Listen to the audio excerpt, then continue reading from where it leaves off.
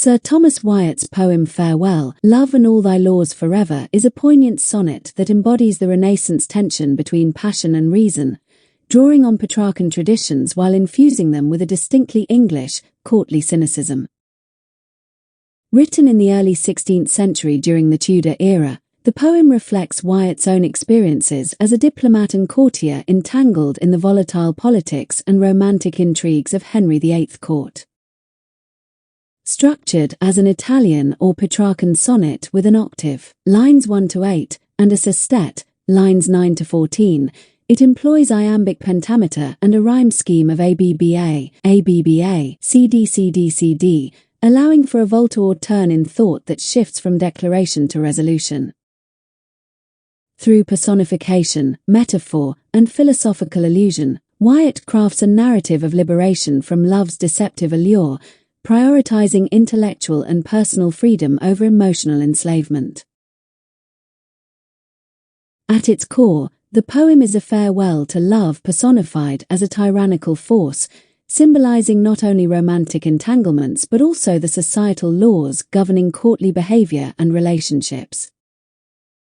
The speaker's renunciation in the opening lines, farewell, love, and all thy laws forever, signals a deliberate break from these constraints, portraying love as an ensnaring trap with baited hooks that promise pleasure but deliver pain. This theme of disillusionment evolves into a celebration of autonomy, as the speaker claims liberty is lever, interpreting lever as either a tool for escape or a preferable state to love's bondage.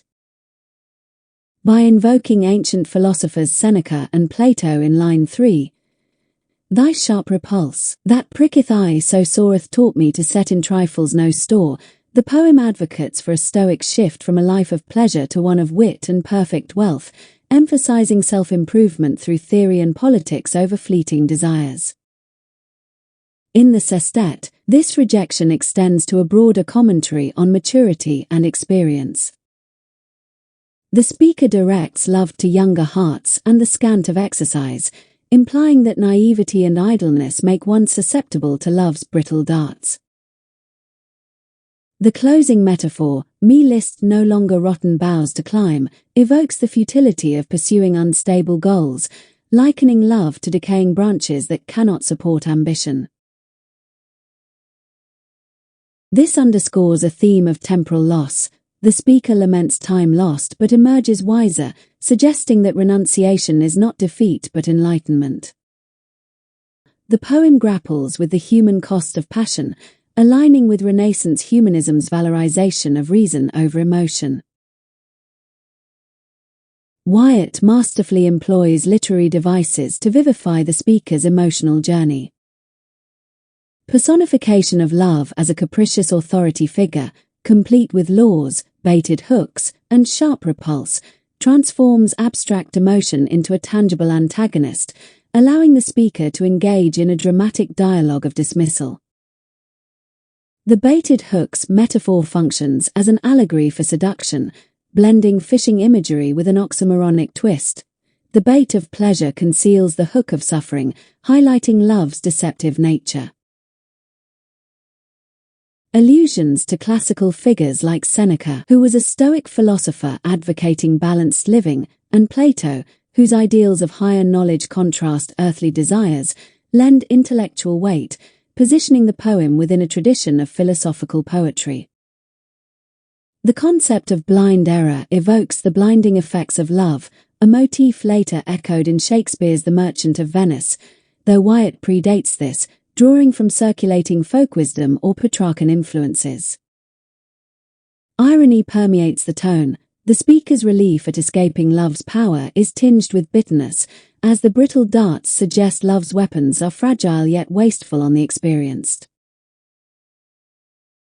Punctuation and capitalization, as noted, were inconsistent in Wyatt's originals. Modern editors' capitalization of love reinforces personification, but the ambiguity allows readings where love could signify lowercase human affection or courtly games. This fluidity enhances the poem's interpretive depth, inviting readers to see it as both personal lament and social critique. The Petrarchan structure mirrors the speaker's psychological progression. The octave builds the case for renunciation, cataloguing love's harms, from entrapment to pointless instruction, culminating in the volta at line 9, where the tone shifts to imperative dismissal, go trouble younger hearts. This turn resolves the conflict, with the sestet offering closure through advice and reflection. Wyatt's rhythmic variations, such as occasional trochaic substitutions, add a sense of urgency to the speaker's escape, while the enjambment in lines like 5 to 6. For, hitherto though I have lost all my time, me lusteth no longer rotten boughs to climb, propels the reader toward resolution, mimicking the climb's futility. Composed amid the scandals of Henry VIII court, where Wyatt himself navigated affairs, including rumoured involvement with Anne Boleyn, the poem subtly critiques the distractions of romantic and political intrigue.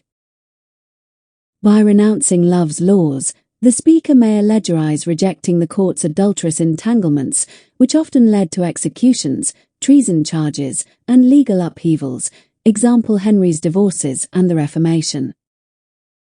Seneca's influence, popular in Tudor education, aligns with the era's emphasis on Stoicism as a counter to royal excess.